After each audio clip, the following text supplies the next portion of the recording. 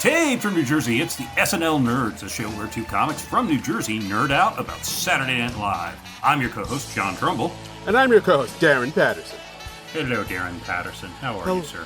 I'm doing okay, doing all right. We're in the midst of September. It's that crazy month where it's still kind of warm because it's, kind of half summer, but it's going into fall, so it's getting kind of cool. It's like It's like the state of Virginia, where it's like it's kind of the north, but it's also kind of the south. It's a transitional month. Yeah, you're deep, Darren. I think really deep. That's what I keep telling people. Yeah. I keep telling people, "Hey guys, I'm super deep and complicated and complex," and then and everybody's like, "Sir, this is a Wendy's. I don't. What are you doing? What? No one asks for your opinions." Yeah, I'm gonna get T-shirts made up to that effect. Like I'm super deep and complex. Thank you. And maybe just a nice picture of me underneath, with like your a fist under your chin, giving that little pose. Oh yeah. And I'm wearing a jacket with elbow patches, so nice. I look intellectual. Staring off into distance. Yeah, you can do like About the Author type of picture where you're like leaning against an oak tree, just staring off into distance. And I'm holding a pipe. Nice. I don't smoke at all, but you hold a pipe, you immediately look more intellectual. It commands respect. It really does, especially when combined with the elbow patches. Yes, I think my picture. I'm gonna go retro and do the grade school '80s graduation pic, where it's like me in a sweater vest, some lasers in the background behind me. Right. Yeah, we loved the laser backgrounds in the 1980s. It was pew pew pew. Yeah, it was nuts. What do they do now? Do they just do like sort of a more neutral background? I don't have kids who are getting school pictures, so I don't know this. I don't know. Part of me wants to hope that they still do like the laser background or that graph paper grid background or something with unicorns, but like I don't think they do. I think it's just a straight up plain Jane background, which is that's the real shame. That's a real tragedy.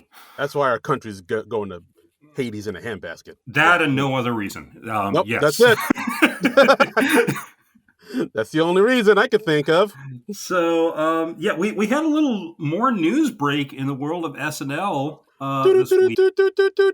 We know. I mean, I think we thought that all the casting had been settled. It was like, oh, okay, well, these people are confirmed as leaving. These 5 new people are confirmed to be coming in. Lots of other people were confirmed to be returning. We're like, okay, great. We're all settled with the cast. And then yesterday, as we record this, it was on Friday. This news broke, and you were like the person I learned the news from. You posted about it. That's weird because the piece about it.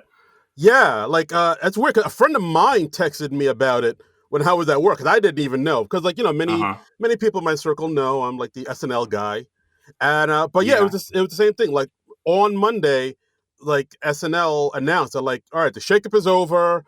We've no more hiring or firing. All the old cast members are coming back. This is it. This is done. Mikey's coming back. Bowen's coming back. Sherman's coming back. And that's it. Done and done. Right. Everything's smooth sailing from here on out. Ain't nothing bad gonna happen today, Dewey. So then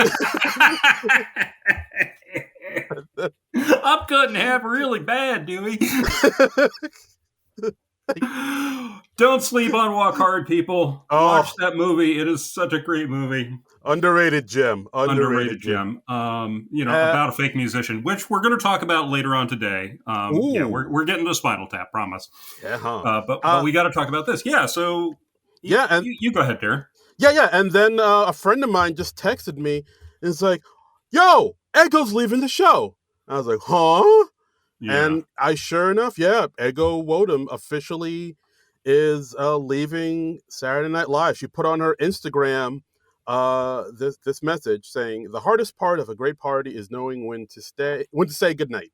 But after 7 unforgettable seasons, I have decided to leave SNL.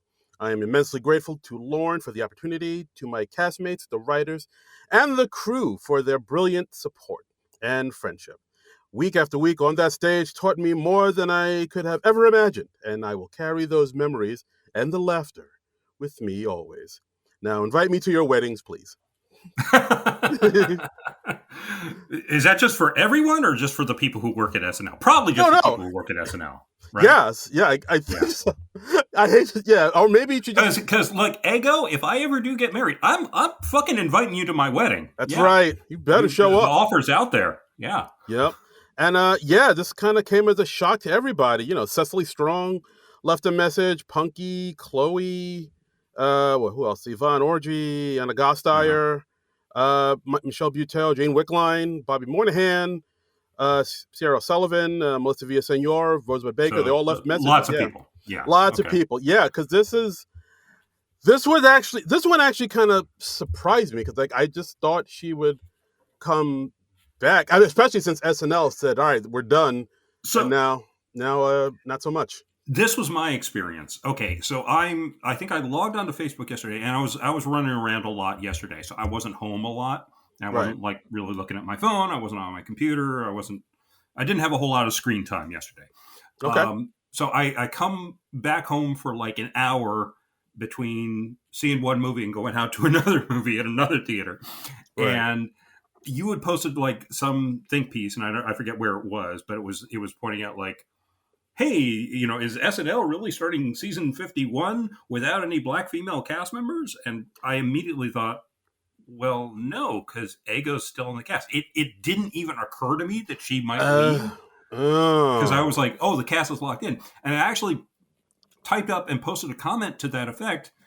And then like a second after I did that, I was like, I should probably, follow this link and read this article first, so I Mm. don't sound like a total idiot in case there's something I don't know about. And then I followed that, and of course, that's how I learned about Echo leaving.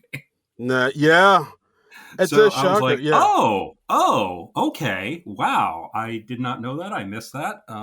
This Yeah. isn't that old, but Yeah. No, I mean, it was definitely surprising. Yeah, that article I posted up, I think it was basically talking about how in that 50-year history of SNL, they've only had 8 black 8. women. Yeah, Yeah. yeah. I think it was a Hollywood Reporter. Is that right? I think it might have been Variety. I Yeah, it think was one of those two. Yeah, Yeah. I think they said it was Yvonne Hudson, Denitra Hmm. Vance, Right. Ellen Cleghorn, Hmm. Maya Rudolph, Hmm. Shashir Zameda, Hmm. Leslie Jones, Right. Ego, and did I miss somebody? All right, I'll look it up. But I mean, are we counting Keenan as a wig as Star Jones? no, we're Probably not not, right? doing Yeah. that. So We're not doing that. yeah. But yeah, it's been pretty low for black women. Like now now their cast is all white women. You know, oops, all snow bunnies on SNL. Oops, all snow. Okay. Yeah, but yeah, it is surprising because like I don't know, because I mean she just came off like a pretty strong year with her Miss Eggy Yeah. character that went viral. You know, Hmm. after she got the audience to say shit. Um, Well, look, no, that wasn't her goal. it wasn't her goal, but it That was like happened. the accidental result. I Yes. mean, it was. We talked about this when it happened, but yeah, she was like, because Aggie ain't, and yeah, the audience naturally goes, shit. Yeah. That's a phrase. Yeah, but I don't I know mean, what response she wanted or she was going for there. I don't know. But anyway. yeah. Oh, Punky Johnson. That's the other last one I forgot. Sorry. Oh, yes. Uh, We don't want to do Punky Johnson, especially since forgot she's a Punky. very recent cast member. Yeah, yeah. Well, got that. But yeah, and of course, like all her other cast, all her other characters, Lisa from Temecula, um, Dionne Warwick, like she's actually like a favorite on, like a lot of people love her, and it's Mm-hmm. Yeah. so to see her. I mean, but then again, I mean, I know also she and Heidi are really close, so I wonder if yes, Heidi leaving the show plays into Ego deciding to leave, and it does sound like her decision. yeah, So I was yeah, wondering that too, because like the two Heidi and Ego are like super tight. They're like, peas you in a know, pod. Those two are. Yeah, yes, they're like Aykroyd and Belushi. So like the fact, and yeah, like as we've seen in the past, whenever two cast members do get very close like that, whenever one cast member decides to leave, it's usually not too long before the other yeah. one leaves, kind of The too. other Like one is so, not far behind, like Beck and yeah, Kyle, Aykroyd and uh, Belushi. 80 and Um, Kate, you could say. hmm Yeah, Yeah, like usually that's how it goes. So like her leaving, it bummed me out a bit because it does leave SNL the cast with it is a huge hole she left with her leaving. But on the other hand, it is also still a huge cast. Yes, that's true. I know. I see. That's a joke I was gonna make before this news broke, where, I was gonna say, all the people complaining that the cast is too big, SNL has heard your cries and made the cast even bigger. Because before Ego left, the cast was one person bigger than last year, but now that she left, it's about the same number. So it's still and still thus big. The cosmic balance is maintained. Yes, the cosmic dance. I'm gonna miss her. She wasn't a cast member I ever got sick of, unlike some other long-running cast members of SNL. But I'm not gonna name names. Listen to the previous 350 plus episodes, and you'll know my likes and dislikes. Yes, listen to all of them. Listen to all of them, all at once, in a marathon. Right now, tonight. Right now. Just pause this one right now. Go back. They're all on YouTube now.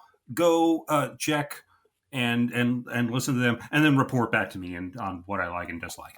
Yes, just listen to all of them straight through. Don't take a break.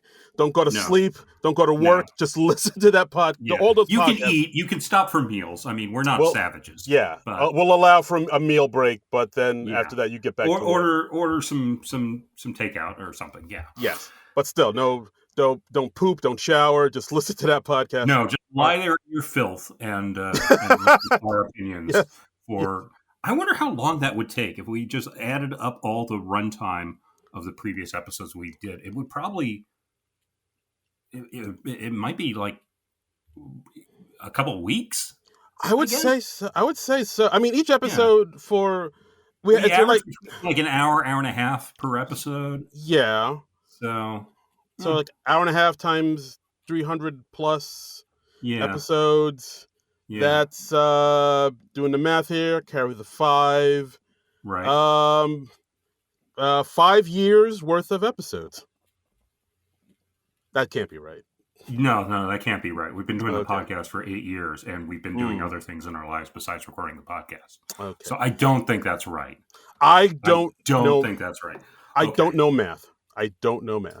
You know what? I got a calculator app on my phone. We posed this question. We're going to get into this. Because somebody PM'd us on Facebook this week, and he was like, "Oh, please take a minute to learn the story of how College Humor became Dropout." And I was like, that wasn't relevant at all to the main topic of discussion, but okay. Nope. Not at all. Okay, that's 90 minutes. I'm going to figure an average of 90 minutes per episode times. I'm going to say 360 episodes because we've done bonus episodes along the way. So 90 times 360, that's 32,400 minutes. Okay. We'll divide that by 60. That is 540 hours of this podcast. 525,600 minutes. I don't know the rest. Yeah, I'm not going to join you. Okay. Yeah. Okay. Yeah. But you knew that was from Rent, right? I'm not okay. No, I know that's from Rent. I actually had to once in my community theater days, I actually had to briefly sing that on stage. Oh. Because one of the community theaters I was involved with over the years was doing an anniversary celebration thing. Right. And we were doing one acts and selected scenes and stuff. Okay. And they decided at the end to bring everybody out and sing the Seasons of Love from Rent. Okay, as you do. That bit. Yeah. And I'm not a musical guy at all. There's a reason I don't do musicals. And I had to sing that, and it was just oh, this is so uncomfortable. I never want to do this ever again. I'm totally right to not do musicals. Oh boy. Very uncomfortable moment. It was just one of those moments in your life where you're just this is not where I belong. I do not belong on. I mean, I'm perfectly happy to play the scene of The Odd Couple that I did, and the scene from the play version of MASH that I did. Those were great. Those turned out very nicely. But then at the end, I was just I gotta stand here and sing. This fucking sucks. I don't belong here. Yeah. See, look at me going from song to song. That was very much the case. Yeah. It was, oh dear. And my tension read because at one point one of the people was sort of directing that I don't know, calling it a number seems generous, but she at one point went like, "Sing it, Trumbull," and I was like, ugh. you gave Like, the glower. Boy. well, it was just like, no, I've never done a musical. There's a reason I don't do them. Oh dear. I'm happy to just stay off and just like walk on later or stand in the back and just lip sync. But Oh my. anyway, Ego Wodum. but hey, speaking of lip syncing, Oh. there's no lip syncing with the folks we're covering today. Heyo.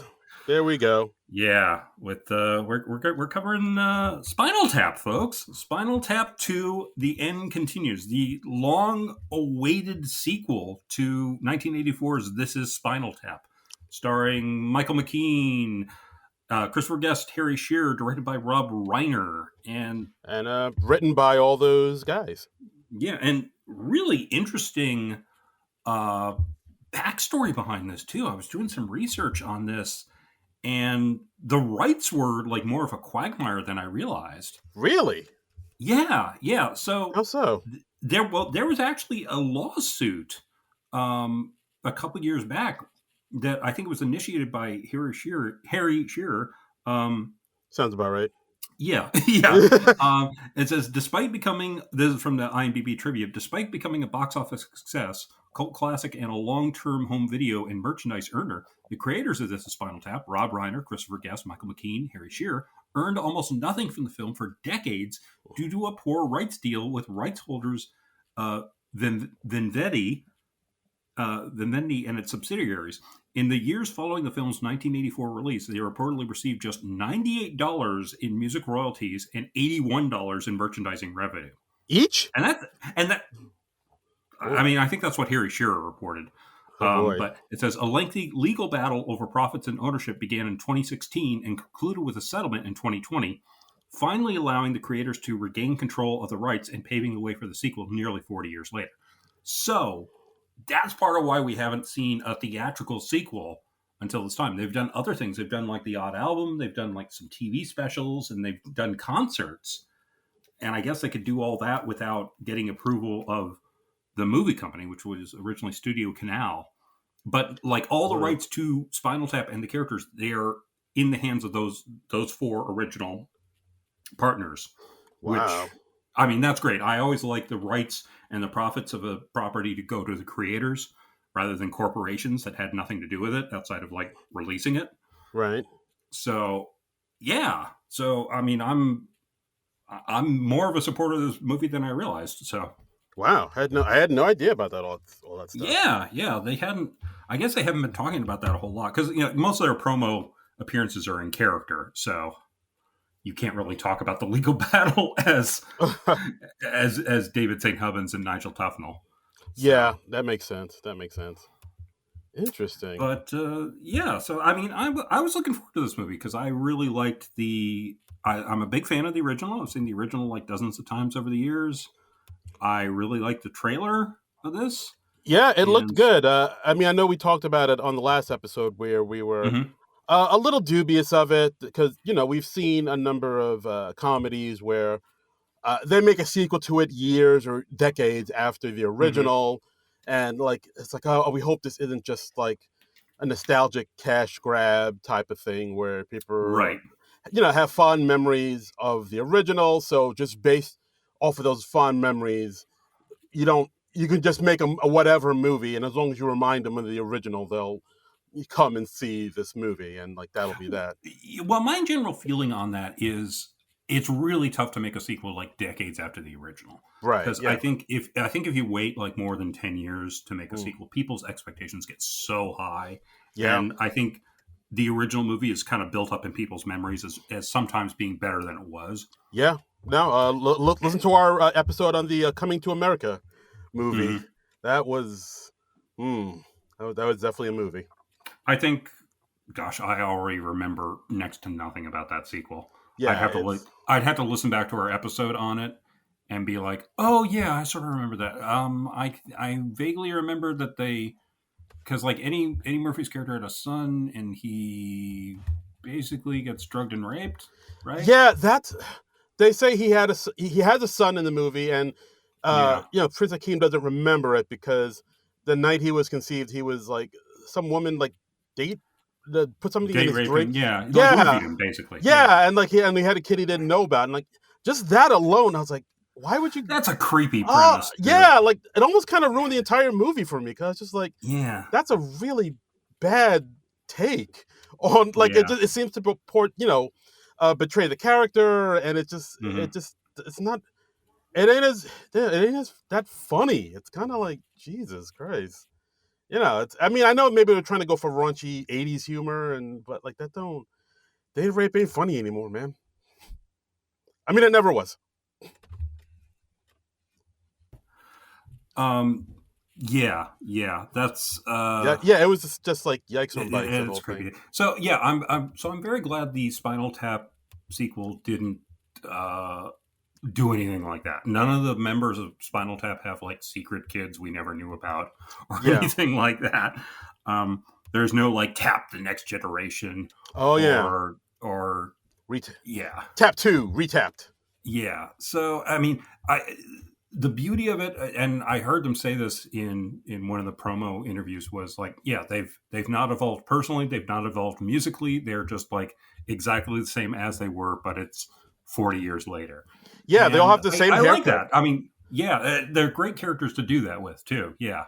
They Yeah. are all they all look the same. They're just older and grayer. So Yeah, all have the same haircuts, all dress like they used to back in the day. Even the character Marty DeBurgi, played by Rob Reiner, he still has the beard, but it's all gray, and he still has his little navy cap that he yeah, wears. the USS Oral Sea. Um, Yes. because he couldn't use the name of the real ship, which I think was the Doral Sea.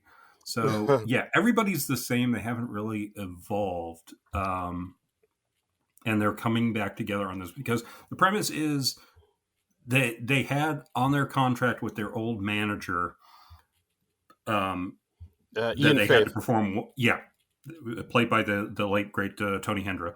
Um, they had to perform like one last contract contractually, and so uh, Ian Faith's daughter Hope Hope comes to Faith. them, Yes. Hope Faith, and she comes to them and she's like, "Yeah, you have to do like one last concert." And they've like long since broken up. I think they said the band broke up in 2009.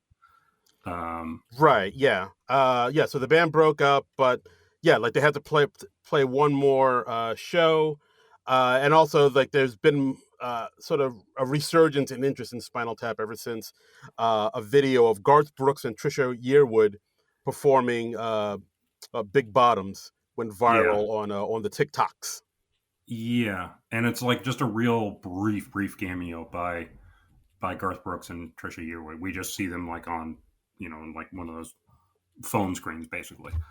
Right. Um, something that threw me out of the movie briefly early was like Marty DeBurgi is like introducing Spinal Tap and he's kind of explaining the backstory and he's like, yeah, 40 years ago I directed this documentary about Spinal Tap and uh and it was supposed to be their final tour and I'm like, wait a minute, no, they never said in the original movie that was their final tour. It was just a very bad tour. Oh. Oh yeah, that's That right. threw me out of the movie a bit because I was like, you didn't say that in the original movie. I've seen the original movie a lot, and I don't remember anything about it being their final tour. Yeah, that wow, I didn't even think about that. Yeah, Yeah, that's very true. and but he said like that led to this resurgence of interest in Spinal Tap, and it kind of revived their careers. And they show some footage of real life appearances they've made as Spinal Tap over the years. I think they showed their appearance on SNL. They showed them at some award ceremony where they're being lowered on stage by wires Yeah, and them at like Nigel has to like cut his wire. yeah, them at like Wembley Stadium and like a few other places. Yeah, because they performed like lots of real concerts as Spinal Tap Yeah, and all that. So for sure. So yeah, yeah, so Marty DeBurgay, the director, goes on this quest to find the original players to see where everybody's at. He's able to find Nigel, who I believe hmm he lives in Scotland, and he has a cheese and guitar shop. yes, where he sells both cheese and guitars, but people can also come in and trade cheese for guitars or Yes. trade guitars for cheese. And he Yeah. explains that in great detail. And he's since gotten married. Uh, He's there was a woman who came into his cheese shop and they fell in love. Yeah, like I think she said, he gave me a bit of cheese, and it made, just looking at him and eating the cheese made me so happy. I just want to take off all my clothes and stay forever. Yes. And Nigel's like, and she did. Yes. Yes. So that's lovely. True love. Yeah. It's a cute story. It's a cute story. And like Nigel and David had one of their periodic falling outs. They're kind of vague onto what the issue was this time, but they haven't spoken in years and years. And none of the guys are really in touch with each other. Yeah, it's been forever. We see David St. Hubbins. He's in California performing in a mariachi band. And he's also works in the studio doing like scores for podcasts. Yes. Too. Yes. And like he's also done scores for movies. Like he did like one, I think, and podcast too. He did one like a horror thriller podcast about murders happening in a assisted living facility called Night of the Assisted Living Dead. And that made me laugh out loud. I think that was the first time when he said that title, Night of the Assisted Living Dead, that made me laugh out loud in the theater. Yeah. That was a good one. Michael McKean has a talent with clever puns. Like in the first one, he mentioned like the Isle of Lucy. Isle as an island. And in this one, he has the Night of the Assisted Living Dead. He's very good with those puns. Very good, yeah. There's one that happens at the very end of the movie that it still makes me chuckle. Yeah, to this day. And please understand, I am not a big pun guy. Usually, I hear a pun and I'm just like, ugh. I grow like I've just been asked to sing Seasons of Love. But Michael McKean can craft a pun that makes me go, ha! So, and we also learned that David's also been doing music for Call Waiting for Hold Music. On Hold Music, yeah. Yeah, and he played him one song that won him a Holdie. Yes, of course, the award for On Hold Music. Yeah, and we find out what happened to his wife from the first movie. What was her name? Was it June? Janine. It was Janine. That was it. Yeah. Before I met Janine, my life was cosmically a shambles. And and Marty is like, "Oh, do you know what happened to Janine?" And David's like, "No, we're not in touch." And then we cut to Janine, and she is now a nun. Right. Like she's found a new fella. I think she said she got inspired because she was in a coffee shop and she was drinking some tea or something, and she heard a voice say, every breath you take, every move you make, I'll be watching you. Yeah. And then I think Marty DeBerge says, "Oh, that sounds like that song by the Police." That's Sting. And she goes, "Oh, yeah." So several of the significant characters from the first film, Janine, Bobby Fleckman, played by Fran Drescher, and Artie, played by Paul Schaefer, they all have like basically one scene cameos. Yeah. We just kind of see what they're up to these days. And I don't know if that was just because we didn't necessarily have room for them in this news story, or if that's all the time they had in their schedule, or some combination of the both. But it's nice to see them at least. Yeah. We see Bobby Fleckman like literally in it for like a minute. She's like the CEO of a PR firm right now, and saying like taking care of the band stressed her out so much she became a Buddhist. And PR man Artie Fufkin, he now sells used cars. Yeah, and he's got those waving. What do you call those things? Waving wavy arm, wacky tube men.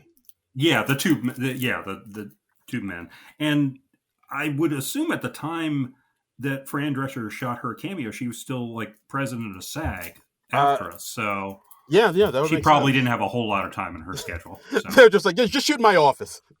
Yeah, it would not shock me in the least if that was like Fran Drescher's real life office. Yeah, I think it might be. Yeah, because I think when you're president of SAG-AFTRA, that pretty much takes up all your time. And like as we're recording this, Sean Astin just got elected to succeed her. So woo! Yeah, yay, Rudy. Yeah. And we also we also catch up with Derek Smalls, who he has a a glue museum, the new A museum glue of, museum, yes, yeah. which for the life of me, I don't understand why he didn't call it a glueseum. It's right there. Oh, that would have been good. Come That on, would have been guys. good. That would have been good. The world's first glueseum. I like that. I like that. And Thank I am you. now mad that they did not call it a glueseum. That is good. Oh, I did not think of that. Kudos to you, sir. thank you. Thank you. And while Marty's interviewing Derek, he gets a glue bottle stuck up his nose, but they just try to press on and continue the interview. Yeah, well, you tell somebody to get some solvent. We also learned that Derek got into cryptocurrency, of course, being a crypto rep. He got Dave and Nigel into it. They lost quite a bit of money. And they lost like all their money, and he's like, and he's not sure if they're still cross at him about that. That might be it. And he was like, that might be it. That might be it. He also came up with a song called "Hell to Pay." Yes, get it? Toupee as in the wig you wear on your head when you're a balding person. Hell to pay. Do you get it? Do you get it? Yeah. And that's where I think that's where they bring in the Garth Brooks Trisha Yearwood cameo thing where they're doing Big Bottom. Oh, right, you're right. Yes. Yeah. So it's kind of like I'm going by like the Wikipedia summary right now because in the theater I can't take notes. All right. But yeah, so the boys get together in New Orleans. That's where they're going to play the big show at the at the big arena. That we find out that the house they're staying in is actually part of like a ghost tour. Too. Yeah, and the guy leading the ghost tour is one of like Christopher Guest regulars from his films, like Best in Show and A Mighty Wind and all that. And I'm blanking on the actor's name right now. Let me see if I can find him in the cast list.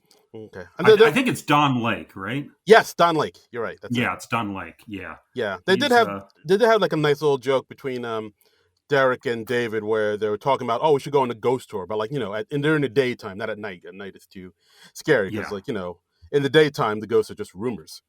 Yeah. So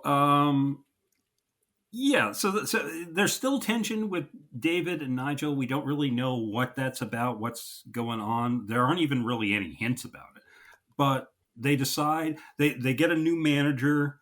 They get a fellow named Simon Howler. Yeah. Who he's like this music producer, and we find out later in the film that he cannot actually hear music.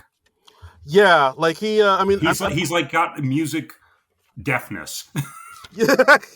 Music blindness, yeah. Yeah, like you know how some people are face blind, he's got like music deafness. So it's like ask me to sing any song. He's like, happy birthday to you. Can't do it. Yeah. Don't know it. Can't do it. Yeah. So, and he's got goofy ideas to promote TAP and Hope Faith, played by Carrie Goodliman. She has goofy ideas to promote TAP. They at one point they suggest since TAP never got into the Rock and Roll Hall of Fame, they just got a note that said from the Rock and Roll Hall of Fame saying "fuck off." They decide to start their own Hall of Fame, and it's like, what do they call it? Like the TAP Hall of Fame? Yeah, it's like International Rock. It looks like an IHOP, basically. It is an IHOP. It is obviously like a refurbished IHOP. Yeah. And they're looking at the miniature model of the building, and David just goes, "Why if I suddenly crave pancakes?" They did have one joke that where Simon was talking about, one thing that would make this concert legendary is if one of you, if not all of you, but at least one of you died while on stage. Yes. And I think Nigel was like, well, you mean like pretend to die, not like actually die, right? Right. And I think Simon goes, well, I mean, I think that would complicate matters if you pretend. Yeah. And David Kenner's like, well, what if one of us fell into a coma? And they're like, oh, that's interesting. That's thinking outside the box, literally. Yeah, I wasn't familiar with this actor, but I thought he was pretty good. Yeah. He was good. I was not familiar. That was Chris Addison. He is a British comedian, writer, actor, director. He was in The Thick of It and in The Loop. So that's he's an In the Loop man. Yeah. So okay, all right. So he can improv pretty well then. Yeah, I enjoyed it. Yeah, because like you cast somebody in a Spinal Tap movie, you want somebody who can go toe to toe with these guys because they're going to go in all sorts of nutty directions. Yeah. And I was reading they only did like 2 or 3 takes of each scene, I guess, to keep it fresh. Oh, nice. But they were recording with multiple cameras to kind of capture the moment, of course. Right, of course. So everything seems very spontaneous. So the next task is Spinal Tap decides we need a new drummer because it's Spinal Tap. They have a long tradition of drummers dying under mysterious circumstances. They go to the studio. They try out drummers. We get like literally all types of drummers. There's a little old lady drummer. There's one guy who plays like the Indian drum. I think it's like the tabla or something like that. Drums. There's one guy on bongos. One old man just slapping his knee like ham bone style. Yeah. And of course, at the very end, we get a Blue Man Group drummer just banging away. That was cute. That was very funny, and I wonder if that was a genuine Blue Man Group person. It might be. So then we see a little bit tricky. Jason Sudeikis auditioned to be in the Blue Man Group. Oh, that's right. Yes, shortly before he joined SNL. I think he got pretty far. I can't remember if he was accepted or if he just came very close. But he got to the point of testing and like wearing the Blue Man makeup. Oh, and a number of years back, I actually did Blue Man Group for Halloween. Oh, I thought you were going to tell me you tried out for the Blue Man Group. No. All right. But like I was joking with a couple of my other friends who also like shave their heads, and we were like, "Oh, we should all do Blue Man Group." And one of the three of us like chickened out, and he did something else. But two of us did Blue Man Group, so it was just a 2-man Blue Man Group. But they actually sell kits where you can, with like the right shade of blue, and then there's like a spray you put over that to give it that shiny sheen. Wow. Yeah. And it's a pretty simple Halloween costume to do because you just need a black turtleneck, black pants, and that makeup. Wow. I mean, and maybe some blue gloves. So. Yeah. Halloween's coming up, guys. So if you're working on a budget, that's a good one. It's funnier if you have a couple more bold friends, though. Yeah. If it's you need a group. I think that's the one drawback. Like you need more. You need friends. You need more than one. So me and my friend Craig, we were both going to the same Halloween party, and we both just got there, and we both just sort of greeted each other silently. Unfortunately, the third guy did not do that. He was doing like a couple's costume with his wife. So. Boo! Yeah. Oh, you love your wife. You're gonna. Oh. Yeah. Bros before. Oh, I won't say it. Yeah, bros before the women that they're romantically involved with. Yeah. It's wordier, but it's nicer. Yeah. Come on, band of brothers, man. What's up? Yeah. But hey, they did a Star Trek themed thing, and it was very cute. So okay, all right. He's a very nice guy. All right, I won't hate. I would have liked to have 3, but what are you gonna do? All right, yeah, that's true. All right, so back to the drummer. So the band gets on a Zoom call with Questlove, try to offer him the part of being a drummer, and Quest is like, I think I have a colonoscopy that day. yeah. And then finally he just kind of comes clean. He's like, I don't want to die, man. And they were like, how many drummers have you lost? And David's like, 12, I think. And Nigel like sort of thinks, and he's like writing through him, and he goes, 11.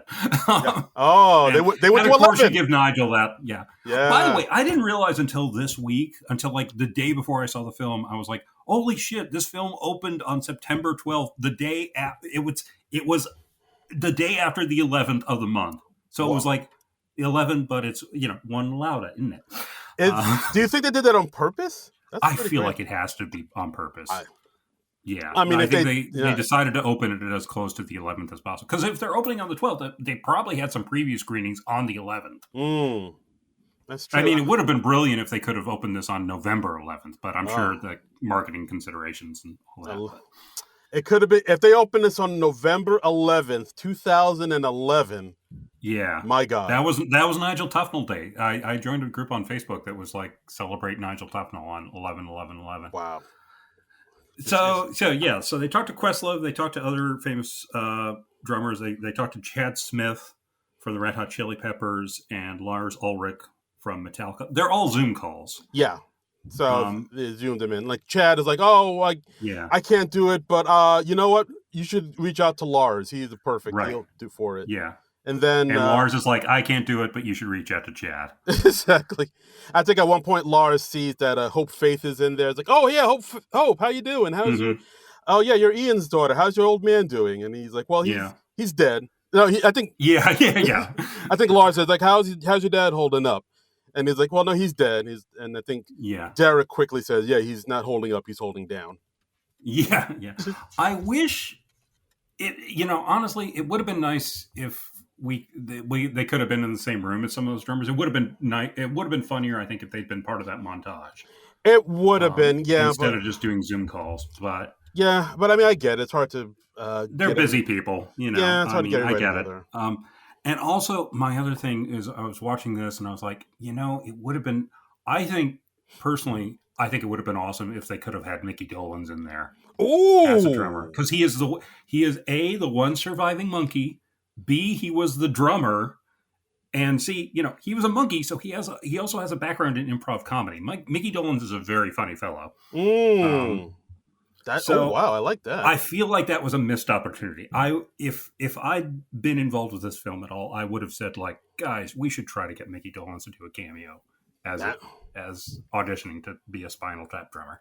Yeah, no, that's actually pretty brilliant. Very nice. Thank you. I think so. And also, I'm a Monkees fan, so I would have loved to have seen Mickey. Yes. So. Justice for the Monkees. Yeah. And also he's like, an older fellow, so yeah. He's a man of a certain age. Yeah. Unfortunately we don't get a monkey, but we do get a Dee Dee, because we see this one woman comes into audition, and she named Dee Dee, and she freaking rocks it, and she's like full of energy and pep and just she's really young tattooed, kind of punky, and she's like a big tap fan, and she's just killing it on the drums, and the actress obviously is a real life drummer. She's drumming for real, and she's doing a great job at it. Yeah, like she was really likable and nice, and like part of me was like, oh no, I hope she doesn't die in this movie, because she's so nice. You're kind of waiting for the other shoe to drop all through the movie. And they kind of make it as like they talk about how she's a health nut. She's like eating fruits and almonds and all that, and she's being very, very careful because there is such a history of Spinal Tap drummers meeting unfortunate ends. Yeah, so like so that's Dee Dee Crocker, played by Valerie Franco, apparently. I did not know her. She was new to me, but she was great. I wish she could have had a little more to do. Yeah, for sure. And then we also get a new keyboardist, CJ Caucasian Jerry. Right. Yeah. They don't do too much with him. No. Oh, Caucasian Jeff or Caucasian Jeff. That's weird. It says Jerry on the Wikipedia page. It says Jeff on the IMDb page. But what the hell? Okay. Wow. IMDb and Wikipedia, you got to get your shit together, man. No, I mean, because I do. Are you two going to have to like fight it out in an alleyway, like Thriller style, where we tie your wrists together and you each got a knife? Da-da, da-da. But yeah, I do remember. Wait, that's not Thriller style. That's Beat It style. Oh no, Beat It is da-da-da-da-da-da-da. Yeah, but I'm talking about the video. Oh, Thriller is zombies. Okay. Yeah, Thriller was the zombies and everybody doing that dance. Right. Okay.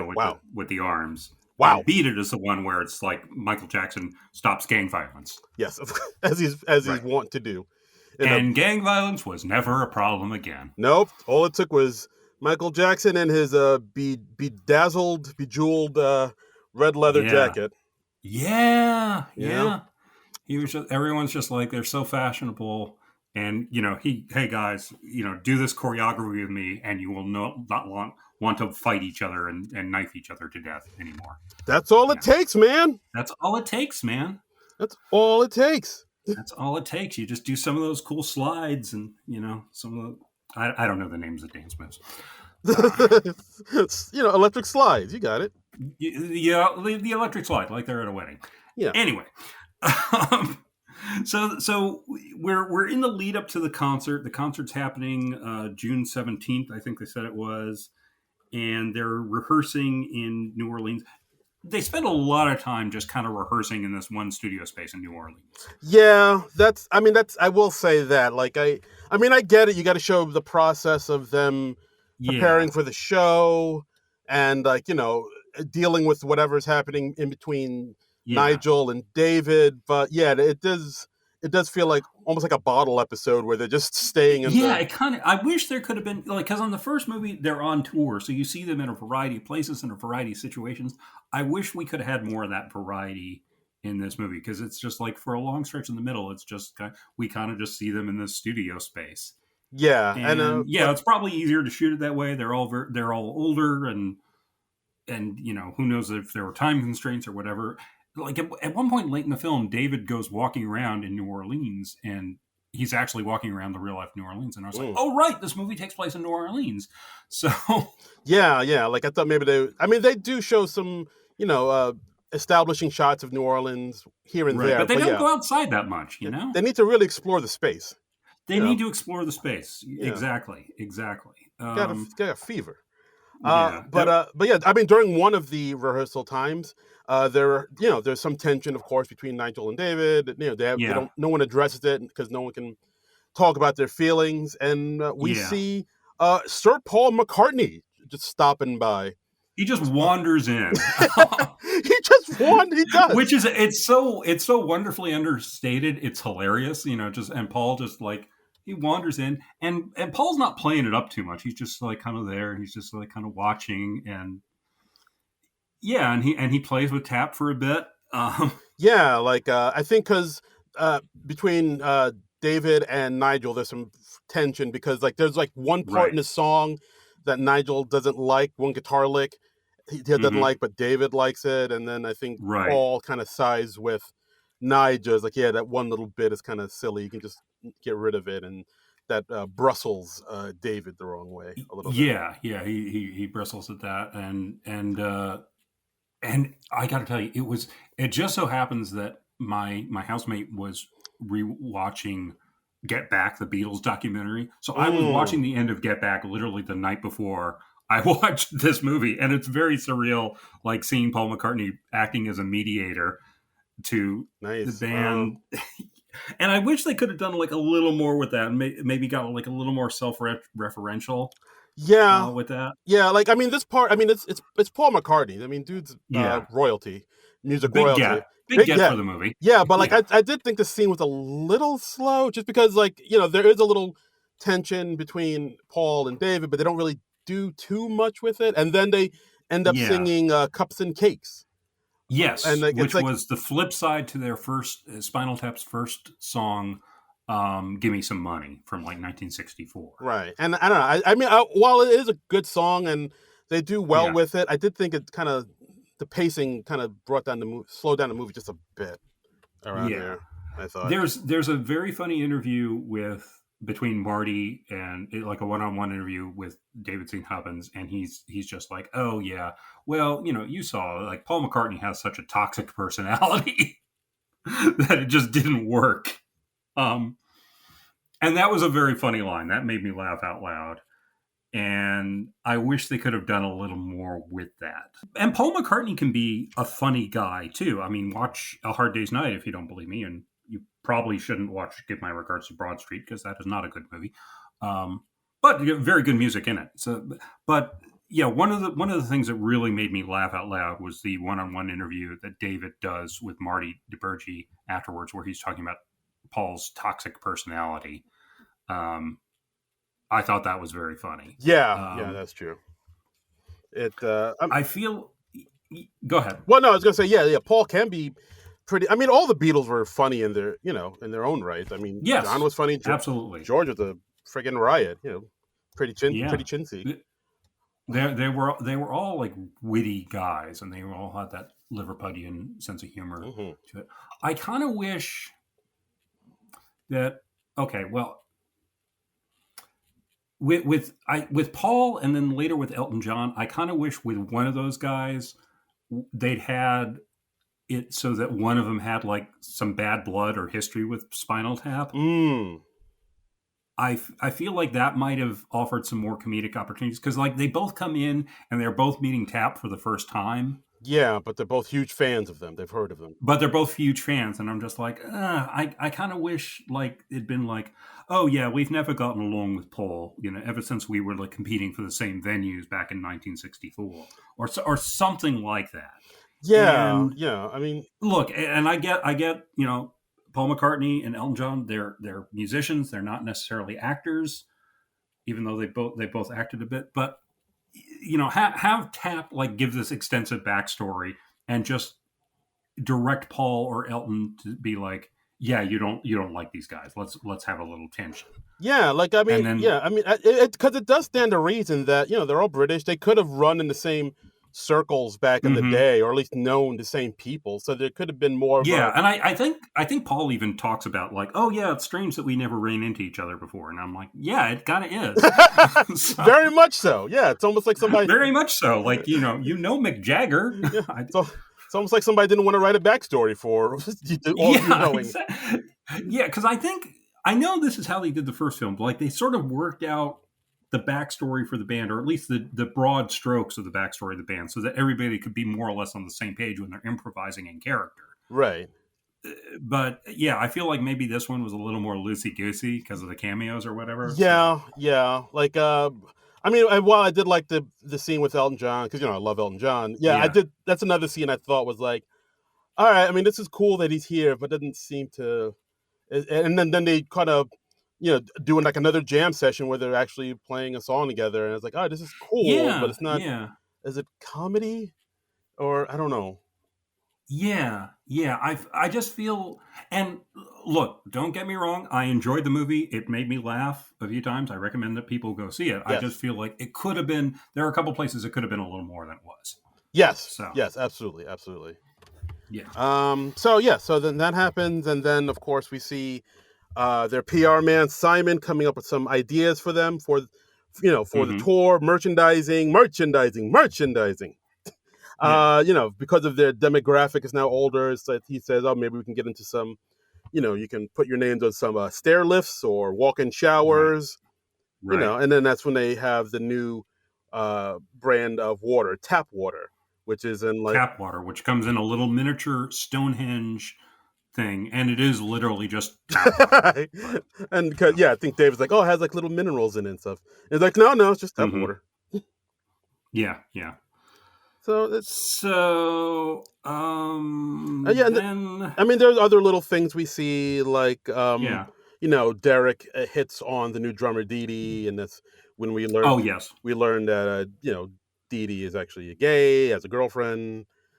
We yeah. see little scenes. And again, I was like, okay, it's 2025. We need kind of a stronger punchline to this than just, oh, she's gay and she has a girlfriend. Yeah, I kind of thought that would lead to something. I mean, that's not really a startling twist in 2025. Yeah, I mean, it's cute because we get to see Derek be uncomfortable with it, but I was just like, I mean, maybe if we saw all three members hitting on her at various points, that could have built it up a little more. yeah. That was just like a Like yeah. because there was a joke in the first film that they cut out of the release, but like where it's like all three members slept with the same groupie, so we see them all with cold sores Yeah, oof. on their lips. It Yeah, took me a while. Like maybe I saw it too young. I don't know, but like it took me a minute to yeah, get that joke because they don't explain it. right. No one mentions It's it at never all. commented on. It's No, just they all have herpes you and just they've been getting it from the same groupie. yeah. So So you're supposed to do the math in your own head, where you're like, yeah, yeah, okay, Eskimo brothers. yeah, yeah. I guess that's it. But we see Nigel showing uh, Marty one of his custom guitars with the little has a small little piece of cheese and a cheese cutting board in the back of it with the little Yeah, cheese grater. that scene, yeah, it was kind of a callback to the "This One Goes to 11" scene from the first movie, where Nigel's showing Marty all his wah wah pedals and his foot pedals, and he's got like a wide variety of them for various guitar effects. Yeah, absolutely. Which I mean, it's a So, cute gag. It's yeah, cool. it's a cute scene, and I mean, not I don't think it's quite as funny as the "This One Goes to 11," but I thought it was a worthy successor. Yeah, I So, would say so. yeah, And then we see a few other things. Like we see the PR guy Simon complaining that the band is because like throughout all the rehearsals, the band they're just kind of sitting down. They're not actually moving, and yeah, that causes him to be concerned. Like, how come they're not moving around? Are they going they're to be? not active enough. Yeah, are Yeah, they going to be yeah. sitting down on the day? So that causes the PR man to have the boys on an exercise regimen. So he hires a man by the name of, what's his name? I didn't write it down. Shoot. It's John Michael Higgins. It's John Michael Higgins. As the character name doesn't matter. It's John Michael Higgins. John Michael Higgins, pretty much dressed up like a straight up Jack LaLanne, and he's he's very retro. He is. He's even got like those little sort of slipper shoes that Jack LaLanne wore back in the day. Yeah, and he gets some exercising. He asks if anybody has any penis pains, just straight up. Yeah. And so I thought that was a clever little aside. I thought that was cute. Yeah. Then we see them doing the tech rehearsals at the arena during the big show. We see them playing Big Bottom, one of course their big song. And one thing I never noticed is when they're doing Big Bottom, they're all playing basses. I was like, oh, is that how in the original song is everybody just playing a bass? Is that how you get that bassy sound? That might be, yeah. Oh. Yeah, it sounds like a bass line to me. Yeah. I don't have a real practiced ear, and I'm not a musician, but okay. I think they are playing all playing basses. That's interesting. Might be part of the gag. And then we see, of course, the big floating backside during that song that they have, and it has like a fart noise out of it with some smoke coming out of it because I think it was like a Stonehenge model, and then it turned around, and then it's a backside on the other model. Because and they actually have it fart and shoot out smoke, which the members of TAP are like, what the fuck is this? Yeah. So So that's that. And we also see Dee Dee asking one of the tech guys, making a request that the drums be pushed closer to the front of the stage because her reasoning is, when we were in rehearsals, I was really close to the guys. It was like a unit, so I want to get that same closeness on the day. So can you push the drum set closer to them, closer to the front of the stage, which will come into play later in the movie. Foreshadowing. So Nigel and David, they're still having the tension. It finally comes out. David just kind of explodes at Nigel, and he's like, well, here's what happened. You slept with my wife on October 9th, 2009. And Nigel's like, no, I didn't. I didn't sleep with your wife. And they kind of break up again. Yeah, and David storms off. We also learned that Simon, the PR guy, is leaving the band. Oh yes, because he's meeting his birth mother. So he claims. Yeah. So he's just kind of... And they're like, you can't do that on another day? You've waited this long to meet her, and you can't put it off a day or two? I can't just leave my birth mother, can I? Yeah. Gotta go. Yeah. This is tough times. Yeah.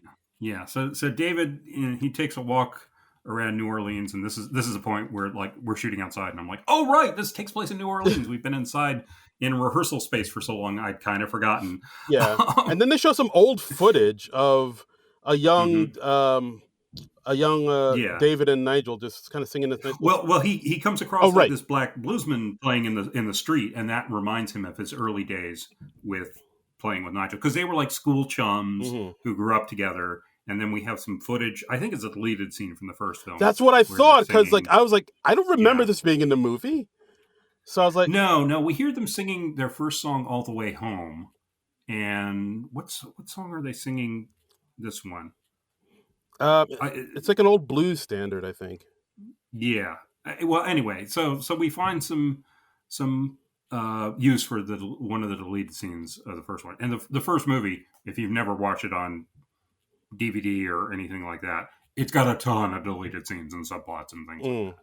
So there's a new Criterion collection coming out very, very shortly that I have on order, and I'm looking forward to getting that. So nice. And even more so, because now that I know that that's all going to go to the people who created Spinal Tap, and I'm very happy for that. So support the artists. Yes, absolutely. So buy that. So David gets reminded of the good old days, and then he goes back to the arena. The place is packed. Yeah. Screaming fans want tap, tap, tap. And then they go out and perform. But before they do, Nigel and David have a moment. David tells Nigel, like, I forgive you for whatever you did. And Nigel says, like, I didn't do anything. And then that's nice you're forgiving me, but I didn't do anything. Yeah, but Dave, Dave said, "I forgive you for that too." And Yeah. and then they go rock it out. We get some The Hellhole, big climactic concert. Yeah. get some heavy Hellhole. heavy duty underrated classic. Heavy duty. Just want to make some earbuds bleed. That's right. Eardrums bleed. Eardrums bleed. This is another reason I don't sing. I don't remember lyrics. Yes, karaoke is your friend. It's kind of bad when you have to sing a certain thing at a certain time when you don't remember the words. Oh, I don't know how the pros do it. No, absolutely not. Even karaoke. I don't mess with that shit. Really? Karaoke's dope. What are you talking about? I generally don't mess with it. I'm very self-conscious about singing. Come on. Karaoke is about letting go of your inhibitions, baby. Let down your... Darren, you've known me for how long? I'm like nothing but inhibitions. That's right. Call me Mr. Inhibition. Yeah. Well, I mean, we've known each other for like over a dozen years at this point. That's true. All right, you got me. How often do I throw caution to the wind and be like, "Oh, I'm gonna do this Darren thing"? No, that's not me. All right, no. Yes, you're the Bert to my Ernie. I get it. Yeah. Oh, I've accepted that as my lot in life. Okay, that's fine. Nothing wrong with doing. By the way, that's a great Halloween costume for us, and we sincerely have to do that someday. Oh, Bert and Ernie. Bert and Ernie, yeah. I can't do his laugh. Fuck.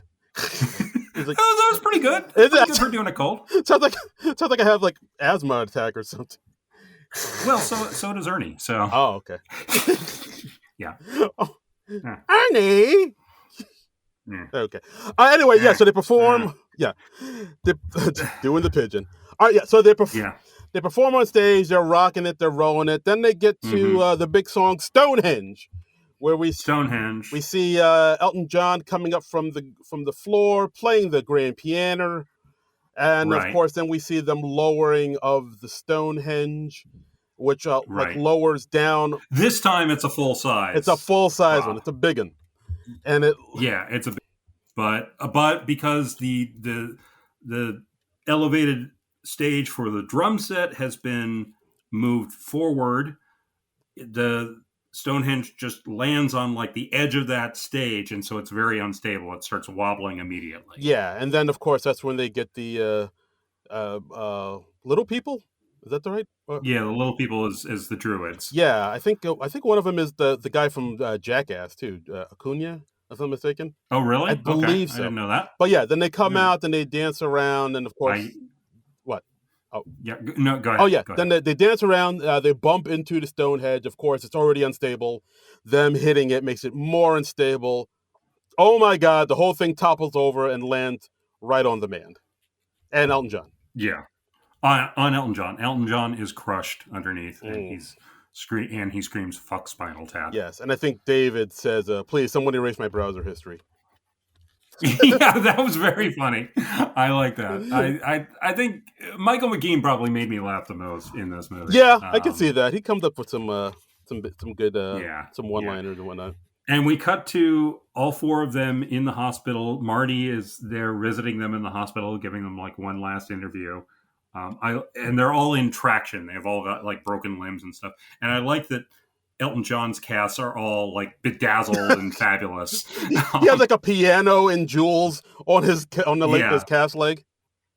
That was very cute. And then as it's happening, the credits roll. Like it's the credits start rolling, but we have more scenes playing under the credits, just like the first film. Mm-hmm. And he's talking with Dee Dee, the drummer, and he congratulates her on being the only Spinal Tap drummer who survived, and she's eating her fruit and nut lunch. Uh-oh. And then she starts to choke. Yeah. Marty tries to give her the Heimlich maneuver, and we do a freeze frame. So we're not sure if she died or not. Question mark? So, yeah. Yeah. So. And that's pretty much it. We do get a few other interview snippets, like when Marty's interviewing. Yeah, little outtakes that probably didn't fit into the film. Yeah, like there are a couple that made me laugh, like where like I said, like Michael McKean as David talks to Marty, talk about how he's been inspired to write a memoir from Bruce Springsteen's memoir. Like, of course the memoir being called I am Springsteen going on Spreventine. Again, Michael McKean. I don't know if he like comes up with these beforehand or if he's coming up with them off the cuff, but Michael McKean, you are the nation's number one punster. You are the poet laureate of punsters. I was like, that is a silly, dopey dad joke, and goddamn it makes me laugh. I love Michael McKean so much for so many reasons. I love him for Spinal Tap. I love him for Laverne and Shirley. I love her for Better Call Saul. I love him for Clue. Oof. Michael McKean. He's just a ray of sunshine in the world. He rocks my world. Do you remember he actually responded to a tweet from mine? Once? I don't remember that. Yeah, I think it was when we covered Clue for the podcast, and I actually was like, okay, what the hell? I'll write to Michael McKean, and I just said something like, Michael McKean, and tagged him. We say really nice things about you on the SNL Nerds podcast. We're covering Clue this week, and he just responded, "How dare you?" Such a great, funny Michael McKean response. Cease and desist. Yeah, I tell you, this is something I miss about Twitter. Like I was following both him and his wife Annette O'Toole, and they just seemed so sweet, and they seemed like such delightful people. And I was like, I'm 53. I still kind of want to be adopted by you two. Yeah. Fill out the papers, Mr. McKean, please. Yeah. They just seem so lovely. Not too late. So, yeah, they're lovely people. Yeah. And also, you know what? I bet Christopher Guest and Jamie Lee Curtis are also lovely, because like Jamie Lee Curtis, I'm just delighted by every interview I see with her. She seems so cool, and she's just so no BS with her, and she's great. I wish she could have popped up in this movie. I don't know if she's just like improv adverse or something, but she never popped up in any Christopher Guest improv movies either. That's true. I know she did an episode or two of Reno 911, if I'm not mistaken. Oh yeah, okay. Yeah, she popped up in that, so I was like, oh yeah, why wouldn't she pop up in her husband's work? Maybe they just don't like to mix business and pleasure, or maybe she's just not comfortable doing improv. I don't know. I don't get it. I've never even heard her talk about this or address it. It's weird. You'd think he would have used her because she's a talented actor, and but in her own right. Yeah, absolutely. I mean, even like maybe just use, but she could have played Nigel's wife. Yeah, I don't see why not. Yeah, it's not a big part. She could have come in and done some kick-ass stuff for a scene or two. Yeah, it would have been good. I don't know why I don't know. Mm-hmm. Maybe she's busy with other stuff. She's doing a lot of movies. Maybe she was filming. She is in demand, and she's still working a lot. But maybe she was filming a Freakier Friday or something like that.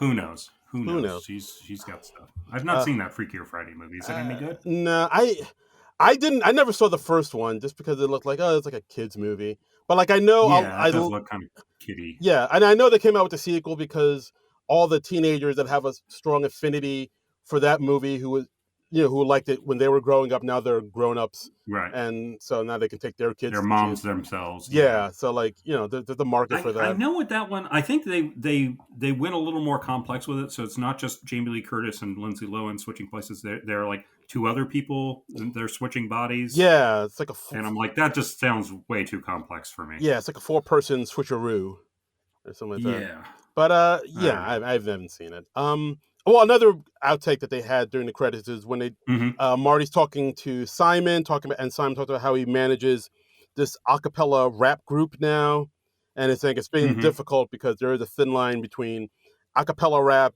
and someone just shouting threats that rhyme. Which I don't know why that made me chuckle. Cute. It did. That's cute. Yeah. And also during one of the interviews, Derek Smalls admits that he's the one that actually had the affair with David's wife, and Marty's like, "Do you ever tell David that?" It's like, "No, we don't need to tell him that." Yeah, which I don't know. That whole part, but like the rift between Nigel and David, I thought that would be like a bigger thing, but it felt a little undeveloped as a subplot. Yeah, it did. Yeah, and I think it worked well in the first film, and I guess they wanted to sort of pick up that arc and acknowledge that cycle without repeating what they did in the first film, but it felt, I feel like they could have done something more with that somehow. And again, liked the film, made me laugh. I'd give it like probably 3.5 stars out of 5. So I think it's a solid sequel. I don't feel like they sullied the name of Spinal Tap or anything. No, not at all. So No.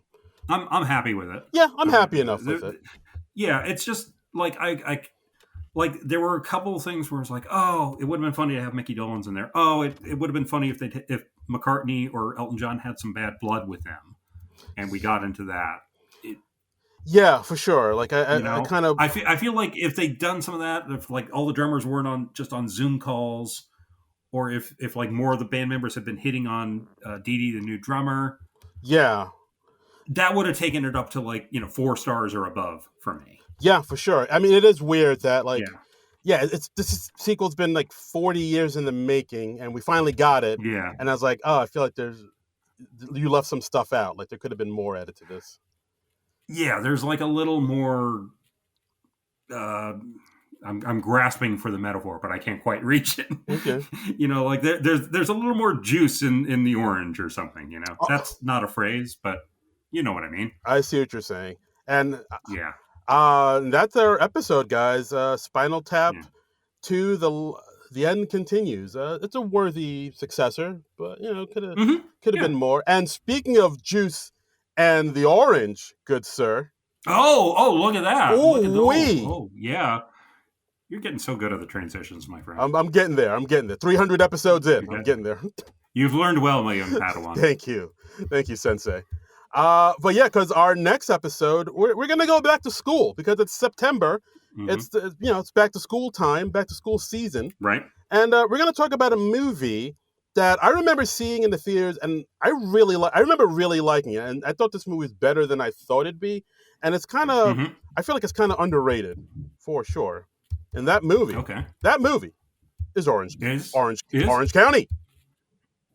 Orange County, starring Colin Hanks, Jack Black, lots of other people. You reminded me. I did not have this on the list of possible films we could do, and you reminded me. It's got Chevy Chase and it's got Ben Stiller in it. It does. Yes, this movie. I mean, this movie is chock-a-block full of talent because, like you said, it's Colin Hanks, a lot of stars, Jack Black, Catherine O'Hara's in it, John Lithgow, Lily Tomlin.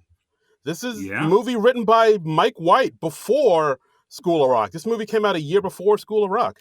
Before School of Rock, before White Lotus, it's early embryonic Mike White. And it was directed by Jake Kasdan, who of course did Zero Effect, the last two Jumanji. Love Zero Effect. The last 2 Jumanji movies with Jack Black. Yeah, okay. And of course the movie that we referenced earlier in this episode, the great Walk Hard, the Dewey Cox Story.